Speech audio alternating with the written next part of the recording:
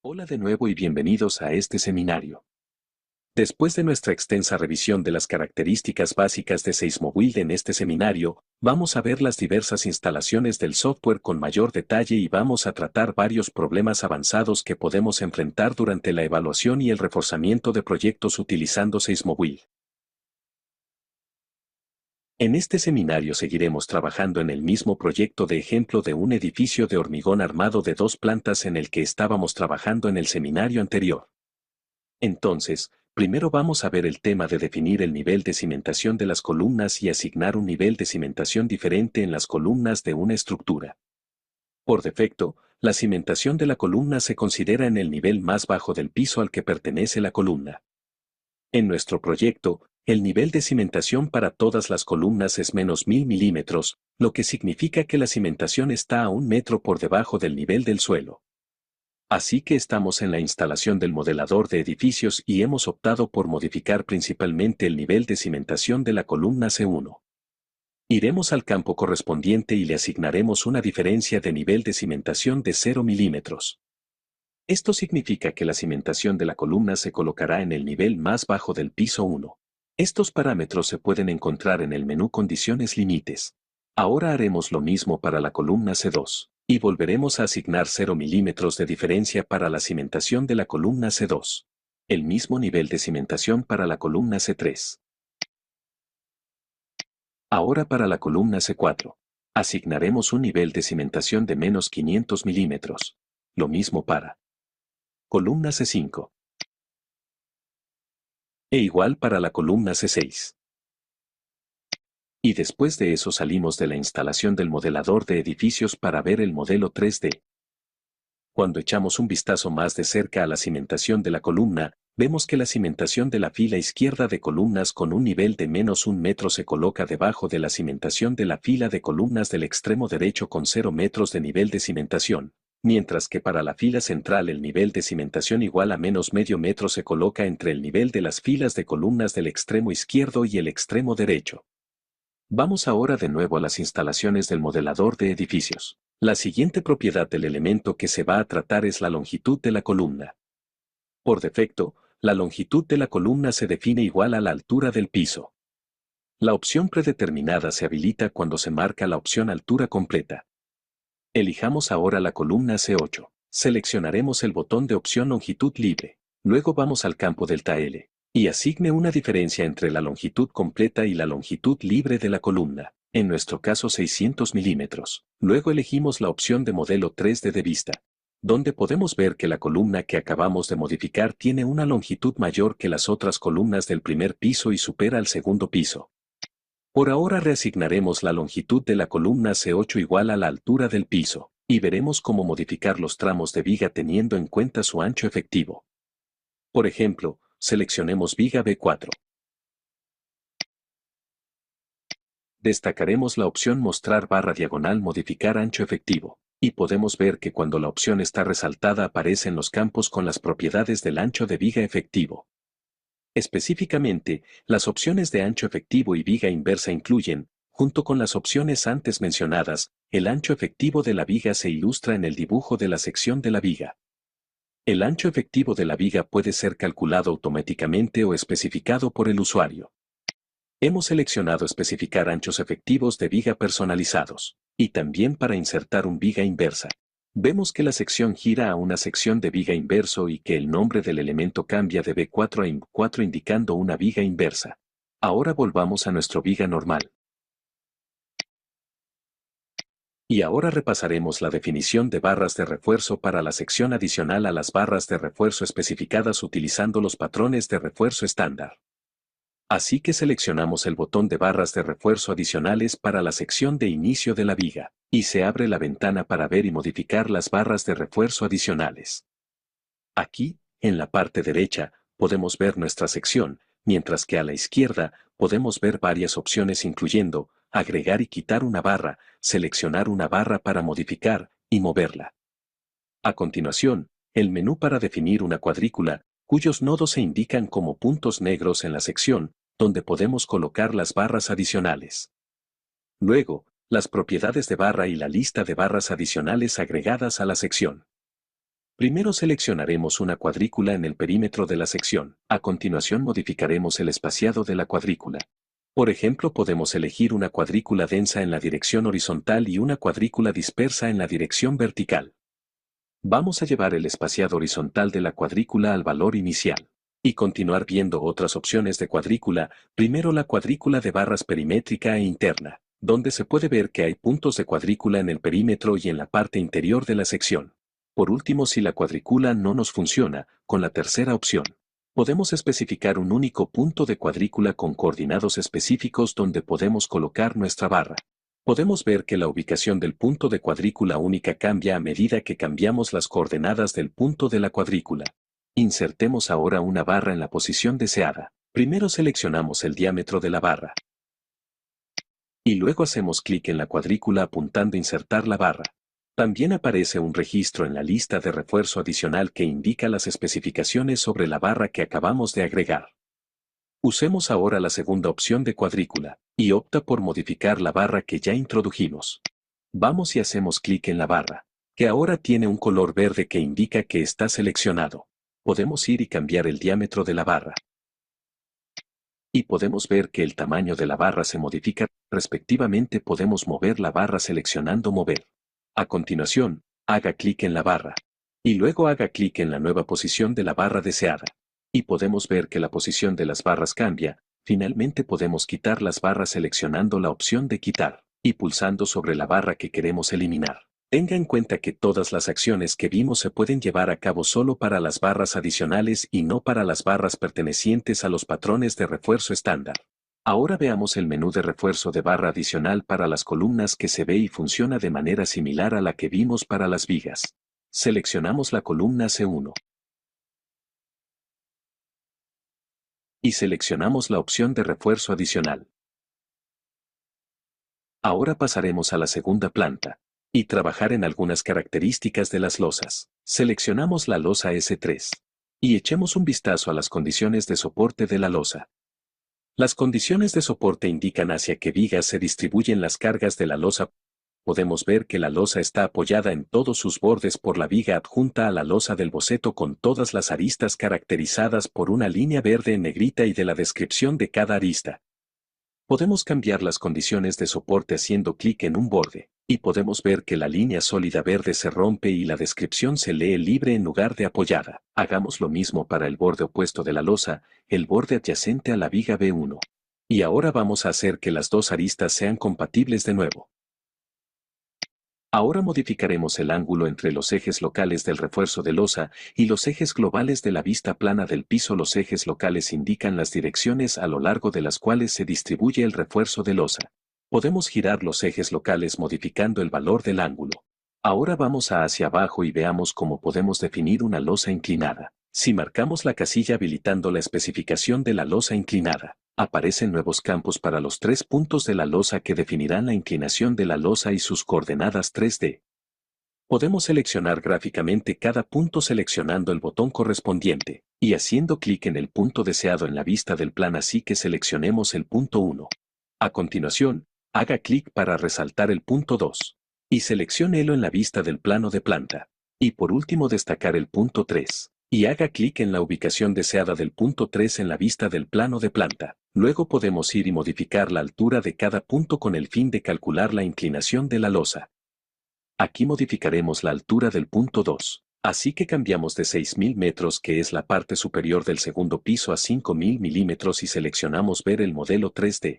Ahora podemos ver que la losa está inclinada con el borde donde pertenece el punto 2 siendo el más bajo. Podemos ver también que la elevación de vigas de soporte y la elevación de las columnas se ajusta en consecuencia. También podemos ver que las columnas se subdividen automáticamente en elementos más cortos en los casos en que 2 o más vigas están soportadas por la misma columna en diferentes niveles. En estos casos se crean columnas cortas. Ahora anularemos la selección de la opción de losa inclinada y muévete a la primera planta. Ahora veremos cómo insertar escaleras. Primero haremos clic el botón Insertar escaleras. Aparecerá la ventana de ayuda inicialmente. Ya sabes que podemos desactivar estas ventanas para que no aparezcan. Y vemos que en la ventana de propiedades de la sección aparece el menú de características de las escaleras. Aquí especificaremos las características de la escalera que son, el ancho de las escaleras, la altura del elevador, la profundidad mínima de las escaleras, y las diferencias de elevación relativa al piso base y al piso superior.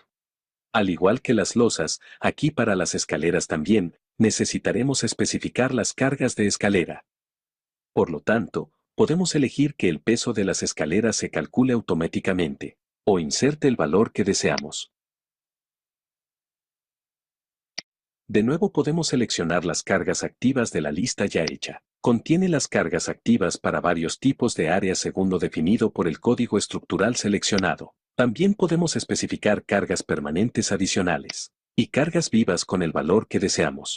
Insertemos ahora las escaleras definiendo la línea central de las escaleras.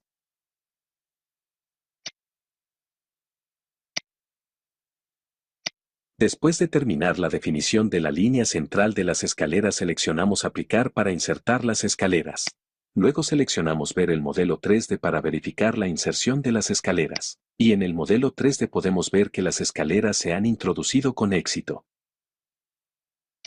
A continuación, podemos modificar las características de las escaleras haciendo clic en el botón de selección y seleccionando las escaleras a modificar. Por ejemplo, podemos aumentar el ancho de las escaleras. Y también podemos agregar descansos a las escaleras haciendo clic en el botón Agregar descansos y definiendo 2 puntos en la línea central de las escaleras. Podemos comprobar las escaleras con el descanso en la vista 3D del modelo de piso, donde podemos ver la posición donde se agregaron los descansos. Por último, podemos retirar los descansos en cualquier momento seleccionando todos los descansos. Pasemos ahora a la segunda planta, para poder tener la vista del plano de la primera planta en el fondo mientras trabajamos en el piso 2D, simplemente hacemos clic en el botón derecho a la lista de pisos y seleccionamos para ver el primer piso en el fondo. En general, el campo izquierdo indica el piso en el que estamos trabajando y el derecho el piso cuyo proyección vemos en el fondo. Mientras trabajamos en un piso podemos elegir ver el piso que deseemos en el fondo. Poder ver el piso debajo del piso que estamos trabajando en el fondo es muy útil cuando queremos agregar elementos como columnas continuas entre pisos o columnas creadas en vigas del piso inferior. Vamos a añadir una columna de la segunda categoría, así que seleccionamos las dimensiones de nuestra columna. Y seleccionamos colocar la columna en la viga B8 del primer piso mirando en el segundo plano de planta. Después de esto vamos a ver el modelo 3D, donde se puede ver que la columna se ha introducido con éxito en la ubicación que queríamos. Además, el viga de soporte se subdivide automáticamente en 2 nuevas vigas en el punto donde se cruza con la columna. Ahora volveremos a las instalaciones del modelador de edificio, y veremos las características de las secciones ensanchadas que son muy comunes en los proyectos de reforzamiento. Seleccionaremos la sección de columna ensanchada. Así que primero seleccionaremos un tipo de ensanchamiento para la columna. Los tipos de ensanchamiento disponibles son ensanchamiento completo, ensanchamiento de 3 lados, ensanchamiento de 2 lados y ensanchamiento de un lado. Seleccionemos el ensanchamiento completo. Podemos ir entonces y modificar las dimensiones exteriores, pero también las dimensiones internas que son las dimensiones de la columna existente haciendo clic en la cota a editar y especificando su valor. Podemos ver que en el menú del ensanchamiento también existe la opción para el material. Aquí seleccionaremos el nuevo material predeterminado. Luego modificaremos el refuerzo del ensanchamiento que nuevamente se separa en esquinas. Arriba abajo. Para las barras superior e inferior cuando asignamos el número de barras de refuerzo se distribuyen a los lados superior e inferior de la sección. Lo mismo para las barras laterales izquierda y derecha. Para cada patrón de refuerzo también podemos definir el diámetro de la barra. A continuación especificaremos el refuerzo transversal. Note también que, en el menú de propiedades de elemento avanzado, los usuarios deben tomar decisiones sobre las propiedades de las secciones encamisadas seleccionando los parámetros que darán cuenta de toda la sección, tanto la existente como la nueva. Ahora sigamos añadiendo chaquetas al resto de columnas de la primera planta.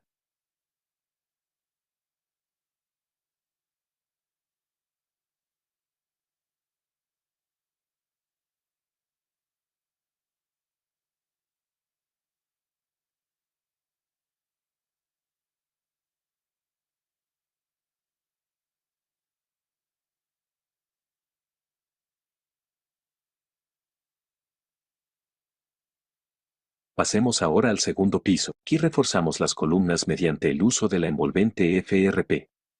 Así que vamos y seleccionamos la columna C2.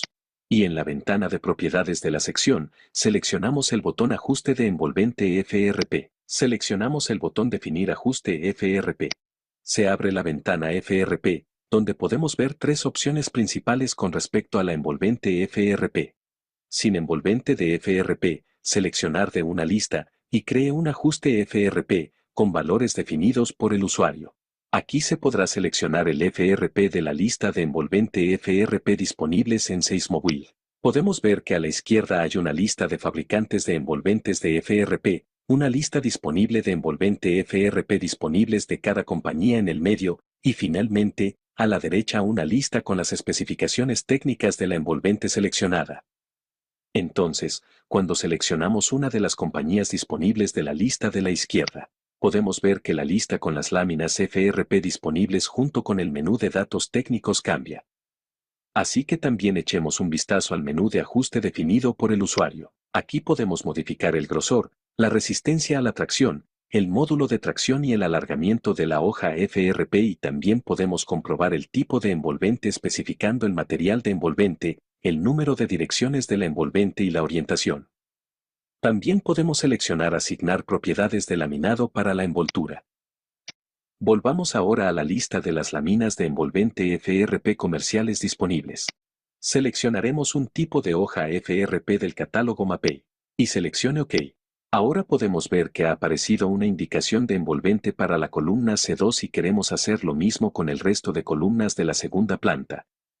Por esta razón, ahora echaremos un vistazo a una herramienta muy útil de la instalación de modelador de edificios. La copia de las propiedades del elemento, con la que podemos copiar rápidamente las propiedades de un miembro estructural a otro. En la ventana de apertura de la herramienta Copiar propiedades de elementos podemos seleccionar qué propiedades queremos copiar del miembro seleccionado. Así que está el refuerzo longitudinal y transversal, el conjunto de materiales o conjuntos en caso de secciones con ensanchamiento, la envoltura de FRP, las propiedades avanzadas y los parámetros de modelado. Ahora vamos a deseleccionar todas las propiedades dejando solo la envoltura FRP. Esto es porque queremos copiar el ajuste FRP de la columna seleccionada a todas las demás columnas, sin copiar sus otras propiedades. Después de terminar la selección de las propiedades, hacemos clic en Aceptar. Ahora podemos hacer clic en cada columna del piso y copiar automáticamente las propiedades que elegimos de la lista. Primero haga clic en la columna C3. Vemos que después de la columna de clic C3 adquiere automáticamente el envoltorio FRP. Luego iremos por la columna C5, C6, C7 y luego Vol W9. Observe que mientras la herramienta Copiar propiedades pincel está como activa, todos los elementos en los que hagamos clic heredarán las propiedades que elegimos, a menos que sea un elemento al que no correspondan estas propiedades. Echemos ahora un vistazo a otra herramienta muy útil, la herramienta Ver modificar propiedades de elementos. Ahora haremos clic en el botón Ver modificar propiedades de elemento. En la ventana de apertura podemos seleccionar el piso, el tipo de elemento y las propiedades que queremos exportar para cada elemento a través de la opción Exportar a PDF. En la parte inferior hay una lista con los elementos y luego las propiedades. En la lista de acciones está el botón Seleccionar todo, que seleccionará todos los elementos visibles de la lista, y la modificación seleccionada, que permitirá establecer las propiedades para todos los elementos seleccionados. Cuando seleccionamos Modificar seleccionado, aparece una ventana similar a la ventana de propiedades de la sección donde podemos modificar las propiedades de los elementos seleccionados. Vamos y seleccionamos el envoltorio FRP de todos los elementos seleccionados. Luego seleccionamos el tipo de FRP deseado, y seleccionamos OK. Luego cerramos el menú de propiedades de los elementos, y la ventana Ver / Modificar propiedades. Ahora vamos a seleccionar la columna C2 de nuevo. Cuando echamos un vistazo al botón de ajuste FRP podemos ver el nuevo tipo de ajuste FRP, que acabamos de seleccionar desde el menú de propiedades de la vista Modificar, y se ha aplicado con éxito a la columna. Ahora, cuando echamos un vistazo al modelo 3D de nuestra estructura, podemos ver que las columnas del primer piso tienen una sección evidentemente ampliada debido al revestimiento, mientras que las columnas del segundo piso tienen un color negro debido a la envolvente FRP. Ahora volvamos a las instalaciones del modelador de edificios. Ahora echaremos un vistazo a los parámetros de modelado que podemos definir para los elementos. Así que seleccionemos una de las columnas, en particular, la columna C1 en el primer piso, y vaya al menú de parámetros de modelado.